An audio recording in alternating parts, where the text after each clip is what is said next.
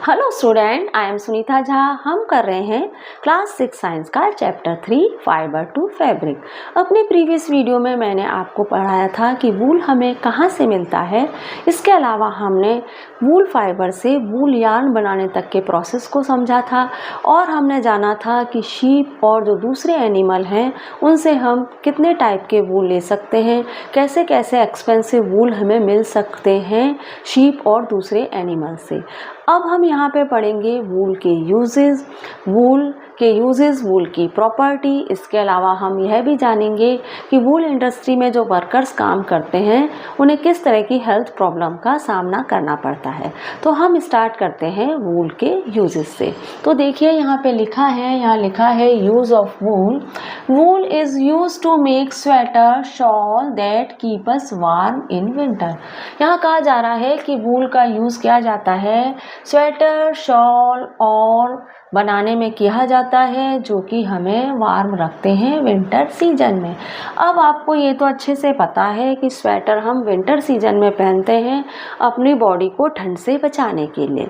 अब आपने कभी सोचा है कि हम विंटर सीजन में वूल के कपड़े ही क्यों पहनते हैं, हम दूसरे कपड़े क्यों नहीं पहनते? भाई विंटर सीजन में वूल में ऐसा क्या है कि उससे हम ठंड से बच जाते हैं?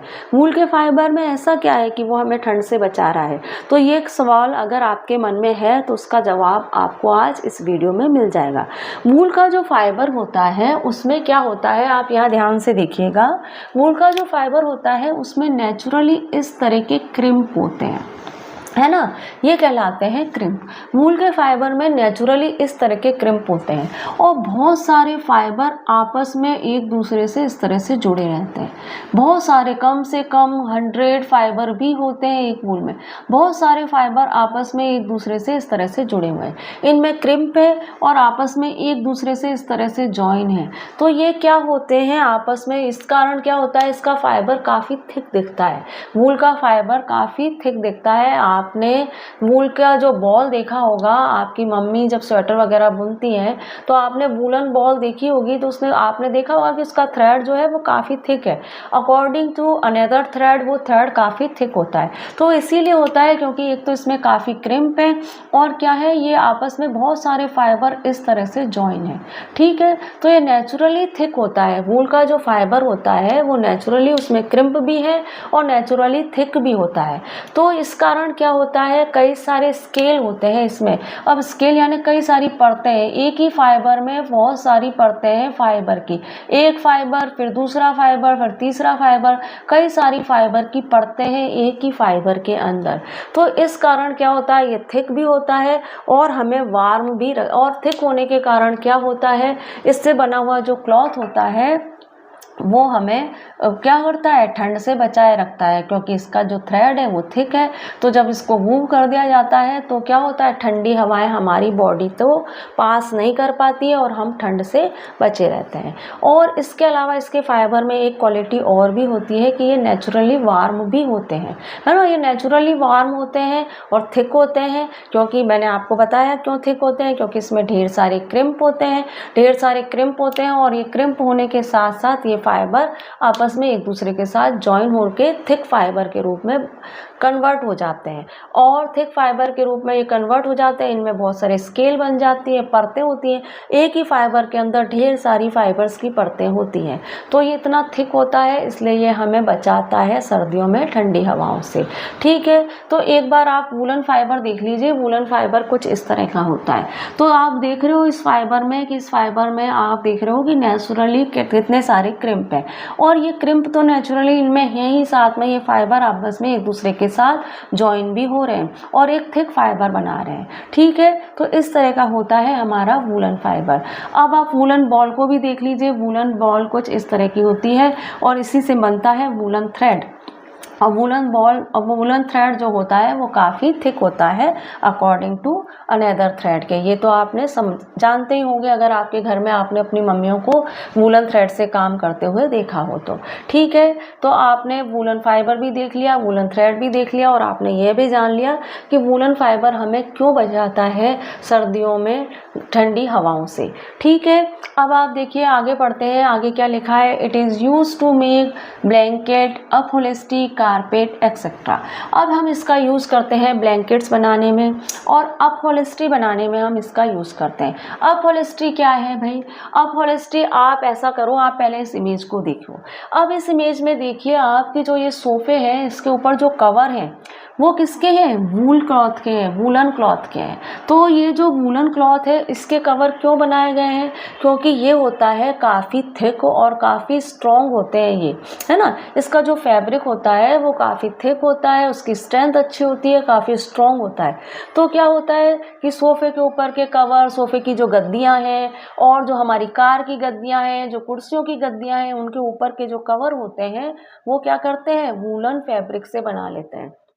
तो वो काफ़ी लंबे समय तक बनी रहती है और हम चाहते हैं कि ऐसी चीज़ों के जो है वो काफ़ी लंबे समय तक बनी रहे, बार बार हमें इस पर इन्वेस्ट ना करना पड़े और ये लंबे समय तक बने रहे। तो इसके लिए क्या करते हैं? वूलन का फैब्रिक यूज़ करते हैं अपहोल्स्ट्री वगैरह में, ठीक है ना। सोफ़े की, कुर्सियों की गद्दियाँ और कार वगैरह की गद्दियों में के जो कवर वगैरह होते हैं वो हम बना लेते हैं वूलन फैब्रिक से, और कारपेट वगैरह बना लेते हैं। इस तरह की चीज़ें हम बनाते हैं वूलन के फैब्रिक से, ठीक है। It is use in sound proofing. अब यहाँ पे कह रहा है कि जो वूलन का जो फाइबर है वो साउंड प्रूफिंग का भी काम करता है। साउंड प्रूफिंग का मतलब क्या है? कि जो अनवांटेड नॉइज़ है उनको रोकने का काम करने वाले, है ना। तो वूलन का आपको पता है कि जो वूलन का जो फैब्रिक होता है, जो वूलन का जो क्लॉथ होते हैं जो हम पहनते हैं, वो अगर एयर को रोकने का काम कर रहा है, ठंडी हवाओं को हमारी बॉडी में एंटर नहीं होने दे रहा है, तो वो साउंड को रोकने का काम भी कर सकता है।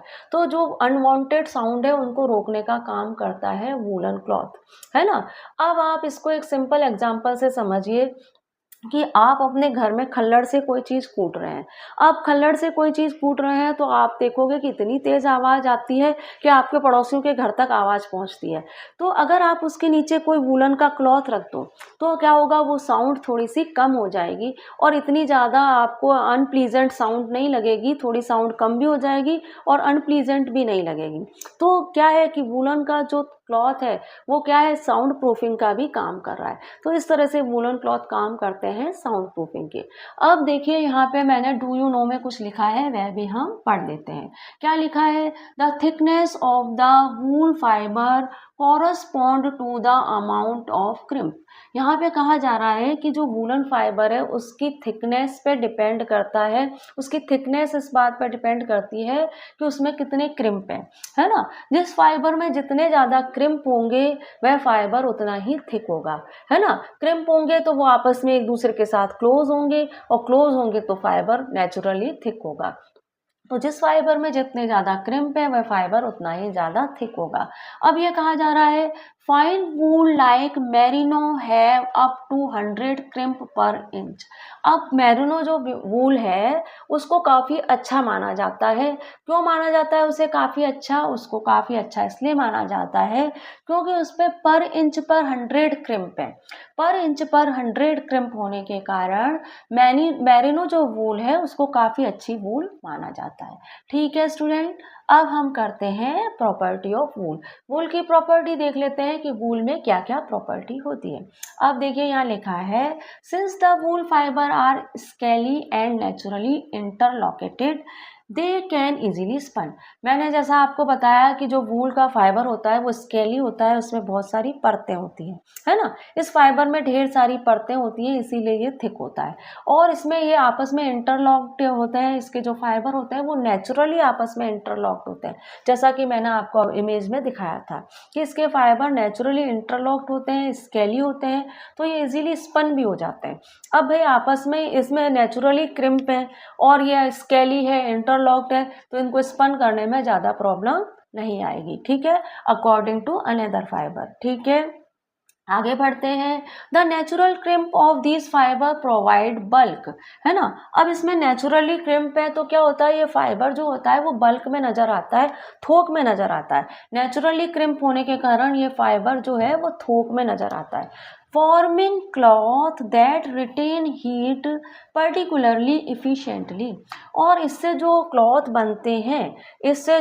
बनते हैं वो क्या करते हैं, वो काफ़ी गर्माहट देने वाले होते हैं प्रभावपूर्ण तरीके से। जो इसके जो क्लॉथ हैं वो काफ़ी गर्माहट देने वाले होते हैं प्रभावपूर्ण तरीके से, ठीक है। और हमें तो ऐसे क्लॉथ ही चाहिए होते हैं विंटर में जो हमारी बॉडी को गर्माहट दें, तो ये क्लॉथ जो होते हैं वो अच्छी गर्माहट देने वाले होते हैं, ठीक है। वूल ऑब्जर्व्स मॉइस्चर रेडिली। और जो वूल है वो मॉइस्चर को भी ऑब्जर्व करने में काफ़ी अच्छी होती है।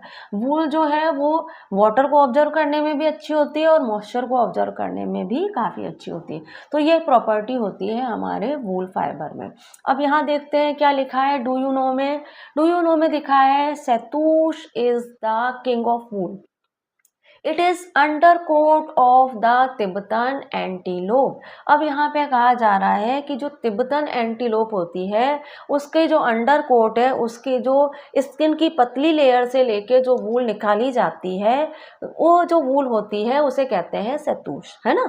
तिब्बतन एंटीलोप जो है उसकी जो अंदर की स्किन की पतली लेयर होती है उससे जो वूल निकाली जाती है, उससे अटैच होती हुई जो वूल निकाली जाती है उसे कहते हैं शैतूश। अब उस वूल को कहा जाता है king of the wool. Shahtoosh को किंग ऑफ द वूल क्यों कहते हैं?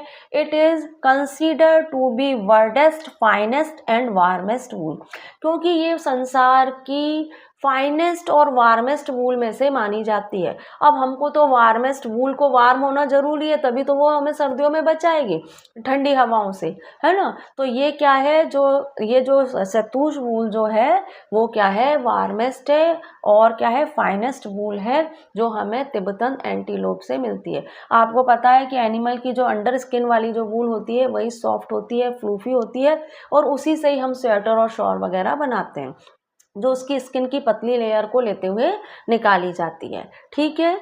और इस प्रोसेस में एनिमल को किसी तरह की कोई प्रॉब्लम नहीं होती है क्योंकि ये स्किन होती है डेड स्किन, ठीक है स्टूडेंट। अब हम आगे बढ़े, आगे देखते हैं ऑक्यूपेशनल हैजार्ड इन वूल इंडस्ट्री।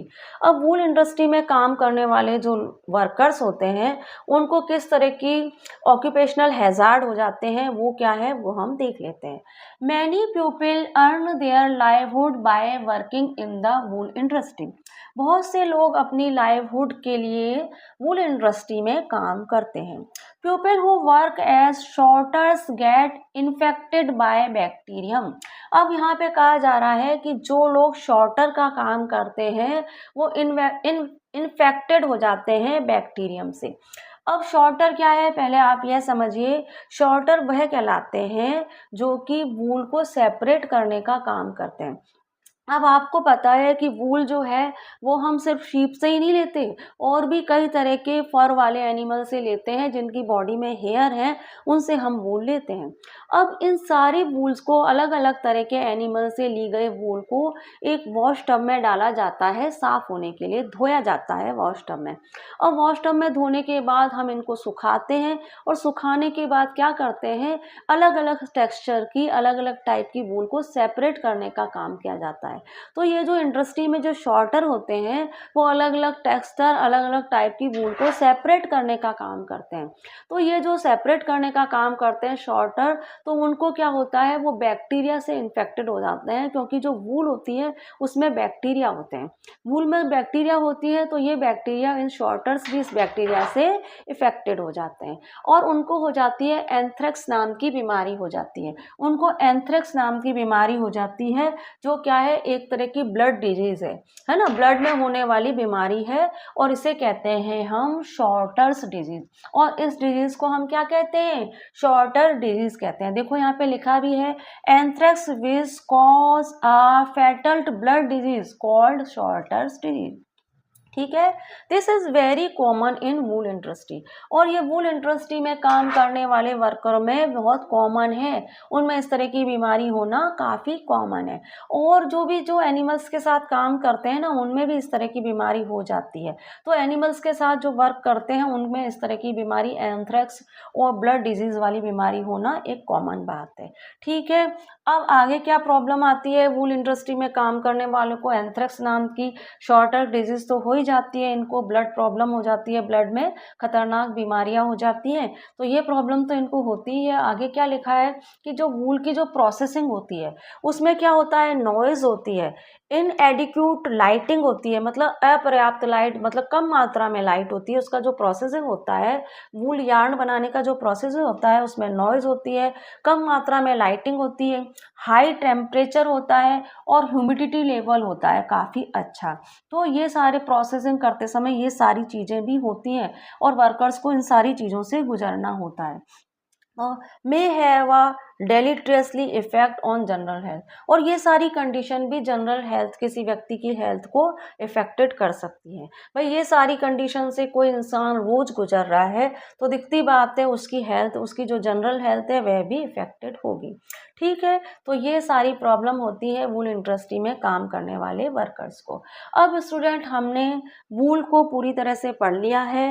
अब मैं आपको एक इंफॉर्मेशन देना चाह रही हूँ कि ये जो हमारा चैप्टर है फाइबर टू फैब्रिक, ये चैप्टर में जितने भी टॉपिक मैंने बनाए हैं वो क्लास 6 और 7 दोनों को ध्यान में रखते हुए बनाए हैं, क्योंकि ये चैप्टर क्लास 6 में भी है और क्लास 7 में भी है।